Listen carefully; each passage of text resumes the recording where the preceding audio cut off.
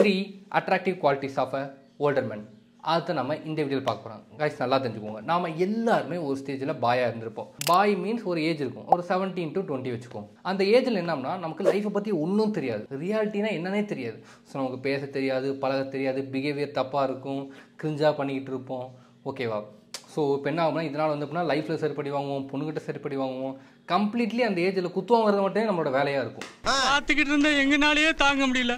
நீங்க எப்படின்னே தாங்குனீங்க? எல்லாம் பழகிருச்சுடா.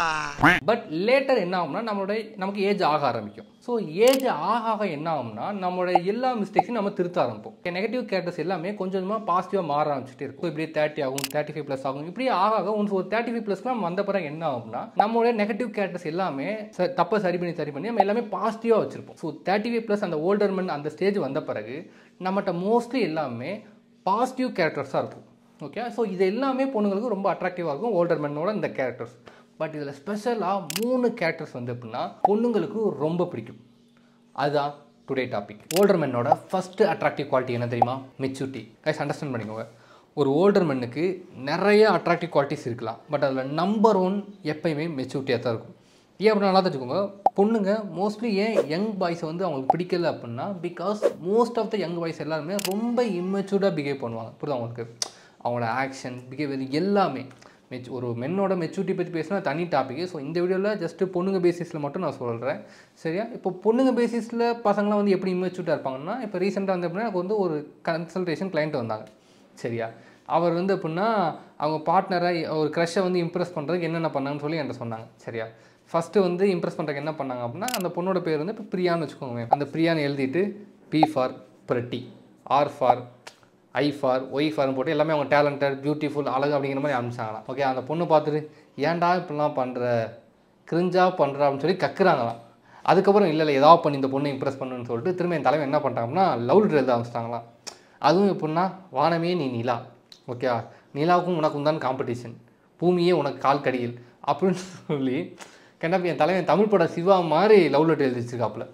யாரா இவனுங்க, எங்கிருந்துடா வந்துக்கிறானுங்க? அந்த பொண்ணே சொல்லுதான் கேட்டா கொஞ்சம் சும்மா இரேண்டா, ஏன்டா அப்படி பண்ணிக்கிட்டு இருக்கு அப்படின்னு சொல்லி கேட்டால் வன்மத்தை கக்கியிருக்கு. என்றது அந்த கன்சல்டேஷன் கிளைண்ட் வந்து அப்படின்னா அழுதாப்புல கிட்டத்தட்ட, சரியா? ஸோ மீன்ஸ் என்ன, அந்த கைண்ட் ஆஃப் அந்த கிரிஞ்சியாக அந்த ஒரு மெச்சூர்டாக எப்படி பேசணும்னு உங்களுக்கு அந்த யங்கேஜ் பசங்களுக்கு தெரியவே தெரியாது. ஓகே, மெச்சூர்டு மென் வந்து அப்படின்னா அதை கிளாரிட்டியாக ஹேண்டில் பண்ணுவாங்க, சிம்பிளாக ரியலிஸ்டிக்காக பிஹேவ் பண்ணுவாங்க. இப்போ எக்ஸாம்பிள் வந்து எனக்கு தெரியும், ஒரு 3 இயர்ஸ்க்கு முன்னாடி வந்து அப்படின்னா எனக்கு தெரிஞ்ச ஒரு அங்கிள் வந்து, அங்கிள்னு சொல்லக்கூடாது, ஒரு 35+ இருப்பாங்க, சரி 38 இருப்பாங்கன்னு வச்சுக்கோங்க, சரியா? அவர் வந்து அவங்க பார்ட்னர்கிட்ட எப்படி வந்து அவரோட லவ்வை காமிச்சார்னு சொல்லி என்ன ஒரு சீனை சொன்னாப்புல செம்மையாக இருந்துச்சு, சரியா? அவங்க பார்ட்னரும் அவர் வந்து பஸ்ஸில் போயிட்டு இருந்தாங்களாம், ரொம்ப நேரம் நல்லா ஜாலியாக பேசிகிட்டே இருந்தாங்களாம், சரியா? பார்த்தா அந்த மொமெண்ட்டில் வந்து ரொம்ப லவ்வாக ஃபீல் பண்ணாராம். ஸோ உடனே அவர் என்ன பண்ணாராம் அப்படின்னா டக்குன்னு அந்த பொண்ணு தான் வச்சுக்கோங்க, சரியா? அந்த பொண்ணோட கையை பிடிச்சிக்கிட்டாங்க, அவங்க பார்ட்னரோட கையை பிடிச்சிக்கிட்டு அவங்க கண்ணை பார்த்துட்டு I don't want this moment to go away, I just want this to stay this moment, I don't want anything in this world right now, just this moment forever. எனக்கு கேட்கும்போதே அப்படியே செம்மையாக இருந்துச்சு. புரியுதா உங்களுக்கு? சரியா? அவர் என்ன சொல்கிறாருன்னா அந்த பொண்ணோட கையை பிடிச்சிட்டு கண்ணை பார்த்துட்டு, ஓகேவா, இந்த மொமெண்ட்டு வந்து எனக்கு பாஸ் ஆகணும்னு போகணும்னு எனக்கு நான் நினைக்கவே இல்லை ஒரு செகண்டு. ஓகே, இந்த மொமெண்ட் வந்து இப்படியே கடைசி வரையும் ஸ்டே ஆகணும், இந்த மொமெண்ட்டில் எனக்கு எதுவும் வேணாம், ஜஸ்ட் திஸ் மொமெண்ட் அப்படியே கடைசி வரையும் இருக்கணும் அப்படின்னு சொல்லி அப்படின்னு லைக் செம்மையாக இருந்துச்சு அது. புரியுதா உங்களுக்கு? இது வந்து டூ மச்சாக வாங்கணும் இல்லை அப்படிலாம் பெருசாக இல்லை, ஜஸ்ட்டு சிம்பிளாக ரியலிஸ்டிக்காக இதுதான் கைண்ட் ஆஃப் மெச்சூர்டாக பேசுறது. புரியுதா உங்களுக்கு? So first attractive quality is maturity. Second attractive quality character. Guys நல்லா தெரிஞ்சுக்கோங்க. ஃபஸ்ட்டு பொண்ணுங்களை போய் தெரிஞ்சுக்கோங்க. பொண்ணுங்க எப்பயுமே ஸ்ட்ராங்கர் மென்னை தான் லவ் பண்ணுவாங்க. அது ஏன் அப்படின்னா அதோட பயாலஜிக்கல் ரீசன் என்ன அது அப்படின்னா பொண்ணுங்க வந்து எப்படின்னா குழந்தைகள் பெற்றுக்கணும். அந்த குழந்தைகள் வந்து எப்பயுமே ஸ்ட்ராங்காக இருக்குன்னு நினைப்பாங்க. அந்த குழந்தைகள் ஸ்ட்ராங்காக இருக்கிறதுக்கு நாம் ஒரு ஸ்ட்ராங்கான மென் கூட மேட் பண்ணால் மட்டும்தான் ஸ்ட்ராங்கான அந்த குழந்தைகள் பிறக்குன்னு சொல்லி பொண்ணுங்க எப்பயுமே பயாலஜிக்கலாக ஒரு ஸ்ட்ராங் மென்னை தான் தேடுவாங்க. இதுதான் ரீசன், சரியா? ஸோ ஒரு பொண்ணு உங்களை லவ் பண்ணி கடைசி வரையும் கல்யாணம் பண்ணி உங்க கூட சந்தோஷமாக இருக்கணும் அப்படின்னா ஃபஸ்ட்டு அந்த பொண்ணு உங்களை ட்ரஸ்ட் பண்ணும். இவன் தான் நம்மளுடைய ஆண், இவன் கூட வந்து கடைசியில் நம்ம போகலாம், இவன் வந்து நம்மளை ப்ரொடெக்ட் பண்ணுவான், எந்த ஒரு சுச்சுவேஷன் வந்தாலும் ஹேண்டில் பண்ணுவான் அப்படின்னு சொல்லி அவங்க நினைக்கணும். அந்த ட்ரஸ்ட்டு அவங்களுக்கு இருக்கணும். அப்படி இருந்தால் மட்டும்தான் அவங்கவுங்க லவ் பண்ணுவாங்க. இந்த ட்ரஸ்ட்டை வந்து எப்படின்னா ஓல்டர் மேன் வந்து ஓரளவுக்கு கண்டிப்பாக கொடுப்பாங்க. ஏன் அப்படின்னா அந்த ஓல்டர் மேன் வந்து மெச்சூரிட்டியாக இருப்பாங்க, ஸ்ட்ராங்காக இருப்பாங்க, மோஸ்ட்லி அவங்க கொடுப்பாங்க. எல்லா ஓல்டர் மேனும் கொடுக்க மாட்டாங்க, but most of the older man அதை வந்து அந்த ட்ரஸ்ட்டை கொடுப்பாங்க. சரியா, ஃபைன். பொண்ணுங்க ஜென்ரலாக சொல்கிறேன், எதை வச்சு அவங்களுக்கு வந்து இந்த ட்ரஸ்ட்டு கெயின் ஆகும் அப்படின்னா 3 விஷயத்தை வச்சு ஃபைன் உங்களால் எல்லாமே பண்ண முடியும், ஹேண்டில் பண்ண முடியும் அப்படின்னு சொல்லி அவங்களுக்கு ட்ரஸ்ட் வரும். அந்த 3 என்ன அப்படின்னா, ஃபஸ்ட்டு விஷுவல். நீங்கள் நல்லா மஸ்குலராக பார்க்க மேன்லியாக டாமினண்ட்டாக இருந்தீங்க அப்படின்னா ஃபைன், ஓகே இவனால் ஹேண்டில் பண்ண முடியும் அப்படின்னு சொல்லி அவங்க ட்ரஸ்ட் பண்ணுவாங்க. நீங்கள் ரொம்ப லீனாக பார்க்க வீக்காக இருந்தீங்க அப்படின்னா அவங்களுக்கு வந்து அந்த ட்ரஸ்ட்டு வந்து இருக்கா, ஃபைன் இவனால் ஹேண்டில் பண்ண முடியாது, ஓகே வந்து நம்மளை ப்ரொடெக்ட் பண்ண மாட்டான்னு சொல்லி நினைப்பாங்க. ஆக்சுவலாக அப்படின்னா ட்ரூ வேறையாக இருக்கலாம். ஏன்னா ஒல்லியாக இருக்கவங்க கூட நல்லா சண்டை போடுவான், சம்டைம்ஸ் ஃபிசிக்கலி நல்லா மஸ்குலராக இருக்கவங்க பயப்படுறவங்களும் இருக்காங்க. பட் விஷுவலி அவங்க மஸ்குலராக இருக்கவனை பார்த்துட்டு இவன் ஸ்ட்ராங்காக இருப்பான், அவங்க ப்ரொவைட் பண்ணுவாங்கிற ஃபீலிங் அவங்க கண்டிப்பாக போகும். இதை வச்சு அவங்க பிலீவ் பண்ணுவாங்க, இந்த ட்ரஸ்ட் கிரியேட் ஆகும். செகண்ட் விஷயம் என்ன அப்படின்னா டெஸ்ட். பொண்ணுங்க ஆல்ரெடி சொல்லியிருக்கேன் நம்ம சேனலில் நிறைய சைக்காலஜிக்கல் டெஸ்ட் வைப்பாங்க. ஷிட் டெஸ்ட்டு, பிச் டெஸ்ட், இந்த மாதிரி நிறைய டெஸ்ட்ஸ் இருக்குது. அந்த டெஸ்ட்டு வச்சு ஃபைன் இந்த பையனால் ஹேண்டில் பண்ண முடியும், எல்லாத்தையும் ஹேண்டில் பண்ணுறான், ஸோ இவன் வந்து நம்மளை ப்ரொடெக்ட் பண்ணி கூப்பிட்டு போவான் அப்படின்னு சொல்லி அவங்களுக்கு ட்ரஸ்ட் கிரியேட் ஆகும். தேர்ட் எதை வச்சு அப்படின்னா லைஃப்பை நீங்கள் எப்படி ஹேண்டில் பண்ணுறீங்க. ஒரு குட்டியான ப்ராப்ளம் வந்தால் நீங்கள் எப்படி ஹேண்டில் பண்ணுறீங்க, எப்படி ஃபேஸ் பண்ணுறீங்க. ஒரு பெரிய ப்ராப்ளம் வந்தால் நீங்கள் எப்படி ஹேண்டில் பண்ணுறீங்க. ஓகேவா, ஒரு பெரிய ப்ராப்ளம் ஒரு ஈஸியான டைமில் வருது, உங்களுக்கு எல்லாமே பெட்டராக இருக்குது, அப்போ ஒரு பெரிய ப்ராப்ளம் வருது, அதை எப்படி நீங்கள் ஹேண்டில் பண்ணுவீங்க. புரியுதா உங்களுக்கு. அதே ஒரு பெரிய ப்ராப்ளம் உங்களுக்கு எல்லாமே ஒஸ்ட்டாக இருக்குது, அப்போ வருது, அதை எப்படி ஹேண்டில் பண்ணுறீங்க.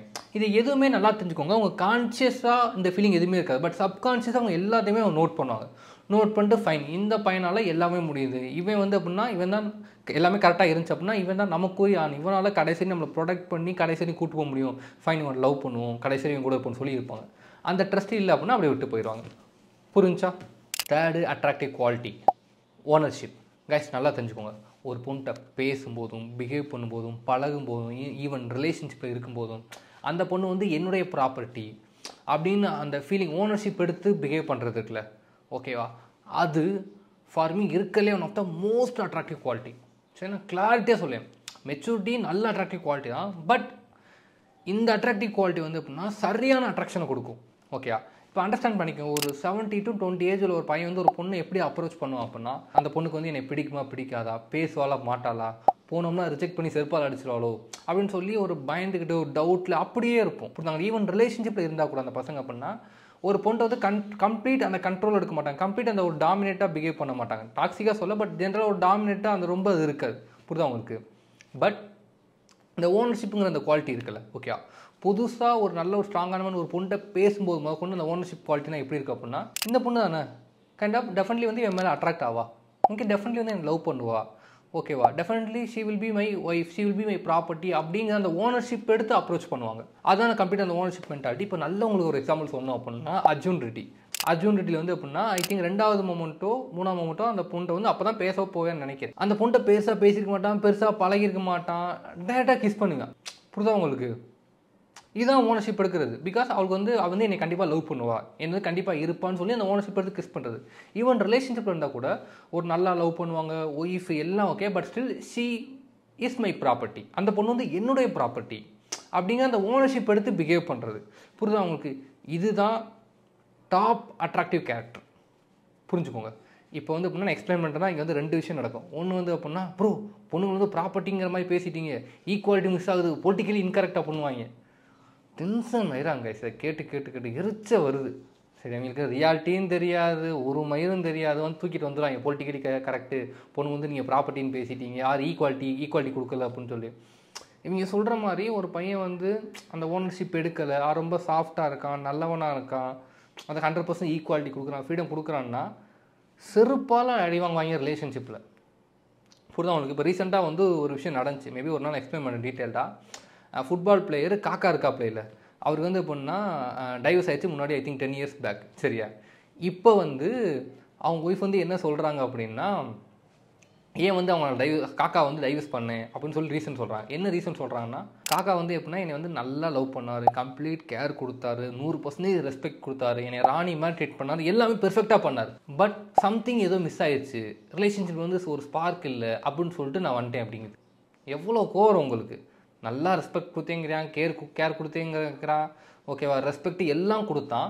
பட் வந்து ஏதோ மிஸ் ஆயிடுச்சுன்னு நான் சொல்லிட்டு வந்துட்டேன்னா எவ்வளோ வெறுப்பாகும். பிகாஸ் இதுதான் ரியாலிட்டி. இதெல்லாம் ஒர்க் ஆகாது. நீங்கள் சொல்கிற அந்த பொலிட்டிக்கலி கரெக்டு, அந்த 100% ஃப்ரீடம், அதெல்லாம் ரியாலிட்டி என்னவோ அதான் ரியாலிட்டி. ஓகே, சரி ஃபைன்.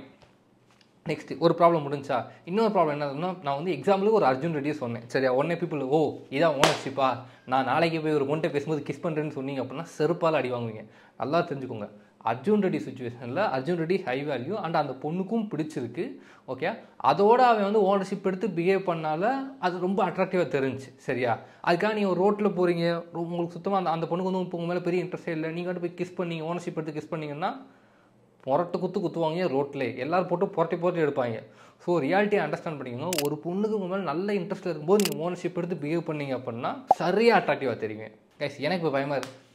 நான் திரும்பவும் சொல்கிறேன், அர்ஜுன் ரெட்டி ஒரு ரெஃபரன்ஸ், அவன் சுச்சுவேஷன் வேறு, உங்கள் சுச்சுவேஷன் வேறு. சரி, எனக்கு இப்போ பயமாக இருக்குது. ஏன் அப்படின்னா, இவங்க வாட்டு ஓனர்ஷிப்பை தப்பாக புரிஞ்சுக்கிட்டு ஓகே ஏதாவது ஒரு பொண்ணை போய் செருப்படி வேண்டி வந்தீங்கன்னு சொல்லி நல்லா தெரிஞ்சுக்கோங்க. இப்போதைக்கு ஓனர்ஷிப் ஒரு ஐடியா வச்சுக்கோங்க. நான் ஃபியூச்சரில் இதை பற்றி டீட்டெயிலாக எப்படி ஒரு பொண்ணை கரெக்டாக ஓனர்ஷிப் எடுக்குன்னு சொல்லி நான் சொல்லித்தரேன். பிகாஸ் நான் திரும்பவும் சொல்கிறேன், ஓனர்ஷிப்ங்கிறது அட்ராக்டிவ் குவாலிட்டி. பட் அதை கரெக்டாக எடுத்தால் மட்டும்தான் அட்ராக்டிவாக தெரிவிங்க. இப்போ எக்ஸாம்பிள் திரும்பவும் சொல்கிறேன், இன்ட்ரெஸ்ட் இல்லாத பொண்ணிட்ட நீங்கள் ஓனர்ஷிப் எடுத்தீங்கன்னா குத்து தான். Okay fine.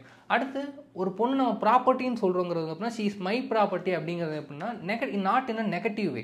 புரியுது உங்களுக்கு? இப்போ அப்பா வந்து என்னை வந்து சொல்லுவார்ல, இது வந்து என் ஒய்ஃபு, அதுதான் என் ப்ராப்பர்ட்டி, என் பிள்ளை அதைத்தான் என் ப்ராப்பர்ட்டி, என் குழந்தைங்க என் ப்ராப்பர்ட்டி, அந்த மீனிங்லாம் சொல்கிறோம். நம்ம உரிமை எடுத்து அந்த ஓனர்ஷிப்பு தான் ஷீ இஸ் மை ப்ராப்பர்ட்டி அப்படிங்கிற மீனிங்கில் சொல்கிறோம். ஃபைன் கைஸ், இப்போ அந்த 3 அட்ராக்டிவ் குவாலிட்டி சொல்லிட்டேன். வீடியோ எப்படி இருக்குது கைஸ்?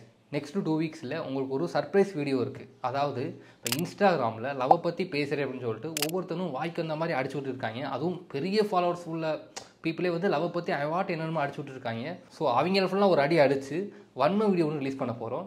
மீன்ஸ் ரொம்ப தப்பாக சொல்லி தராங்க. அதை பார்த்துட்டு நீங்களாம் லவ்வை ஃபாலோ பண்ணிங்க அப்படின்னா மொத்தமாக சோழி முடிஞ்சிடும்.